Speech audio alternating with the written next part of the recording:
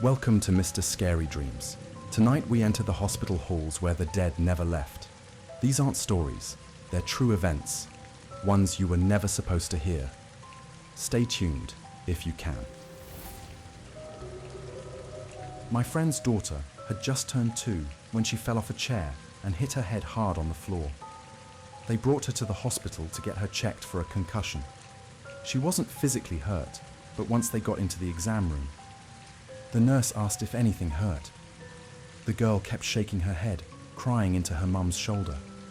She asked again, trying to calm her down, and that's when the girl finally spoke in a way everyone could understand.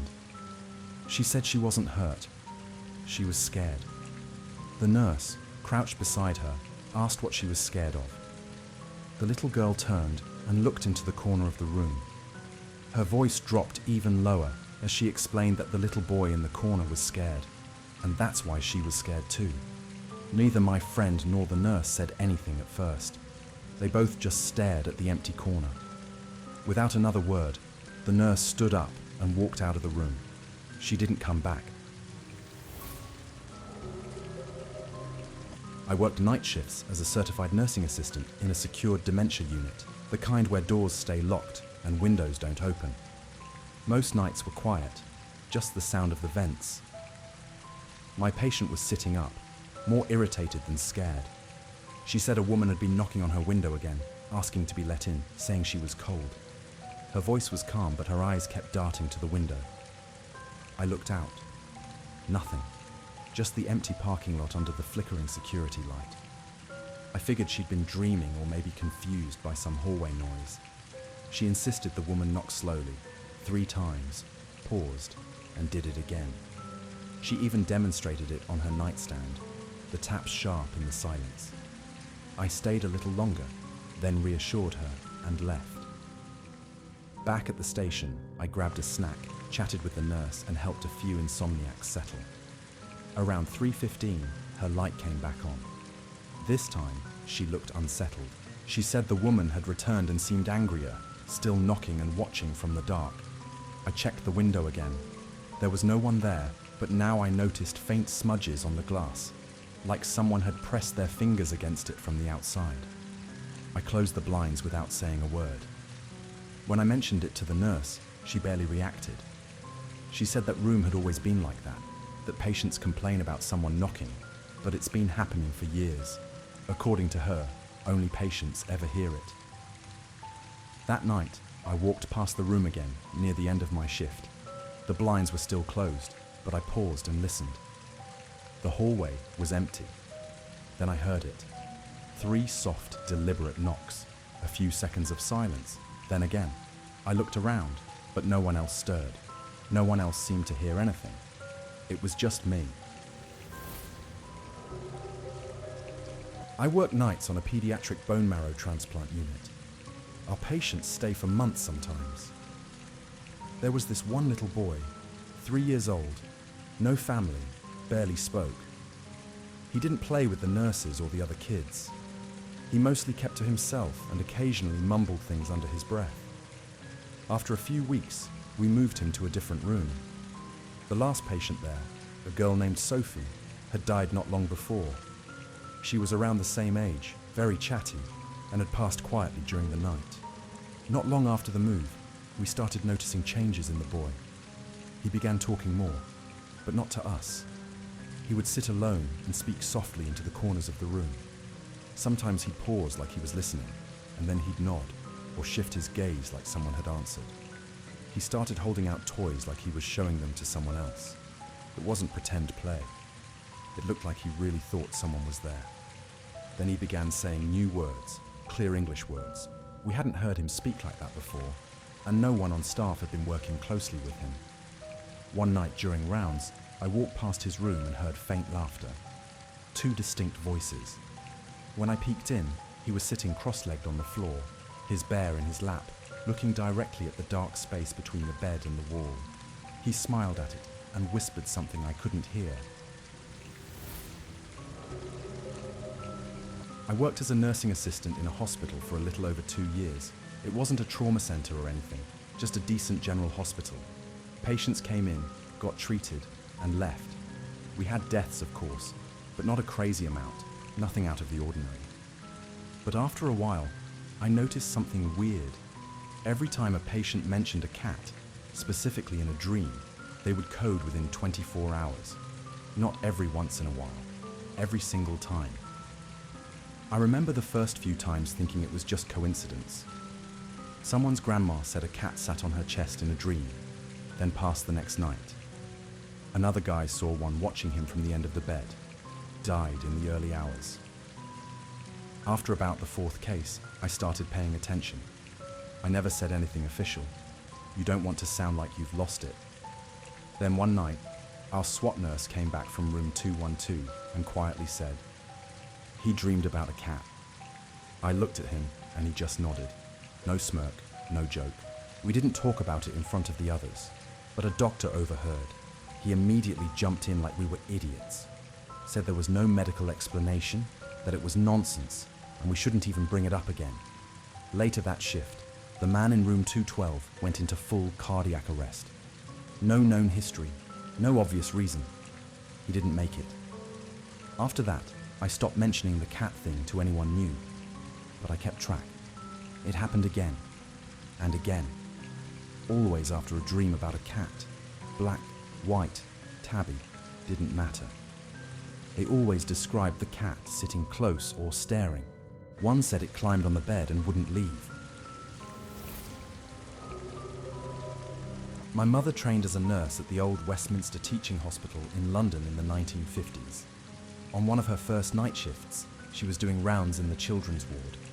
Everything was fine, all the kids were asleep, but in one of the rooms she found the sink faucet running, which was a bit weird because it had been fine when she'd been by a few minutes before.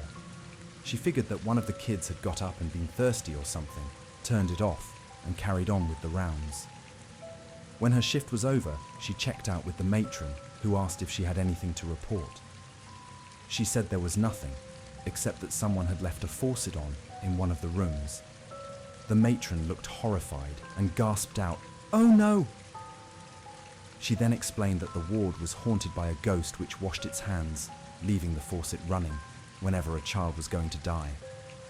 My mother laughed this off, pointed out that none of the kids in the ward were seriously ill and went home. When she came in for her shift the next evening, she discovered that a previously perfectly fine child in that room had had a sudden seizure and died only a few hours after she'd found the open faucet. I was still in CNA training at the time, doing classes through our local community college. Most of the practice involved using standard mannequins. I was still in CNA training at the time, doing classes through our local community college. Most of the practice involved using standard mannequins one afternoon. Our instructor needed extra gowns and catheter kits from the supply room in the back. It was always locked and nobody really liked going in there. I volunteered, mostly to avoid bed-making drills. She handed me the key and said it was just down the hall, past the simulation closet. When I opened the door, it was completely dark, pitch black, like the light stopped at the doorway. There was a stretcher pushed against the wall, older than anything we'd used. The padding was cracked, and on it was a mannequin I had never seen before. It didn't look like the others. Its skin wasn't smooth or pale plastic. It was more flesh-toned, almost waxy, and the face, God, the face looked wrong, like someone tried to sculpt pain into it. The mouth was twisted open, one eye half shut, the brows pulled tight like it was frozen mid-scream. I remember thinking it didn't look like a practice dummy. It looked like something someone died in. I grabbed the bin I came for and turned to leave. I didn't tell anyone in the class. The weird thing is, every time we had simulations after that, no matter where I was standing, I always felt like one of the mannequins had turned slightly, like their faces weren't where I left them. I'm a psychiatric registered nurse. One night they pulled me to cover a shift in the pediatric unit. It was just after 10 p.m. Then I heard a child screaming. A psych tech was already inside the room trying to calm him when I got there. He was 7, curled up and shaking, drenched in sweat and barely able to speak through the crying. After a while, he managed to tell us what happened. He said he saw a man in his room, a white man with grey hair wearing a hospital gown, just standing there. His eyes kept shifting around the room like he was expecting the man to come back. He was clearly terrified, but I tried to keep things grounded, telling him he was safe and no one was in the room.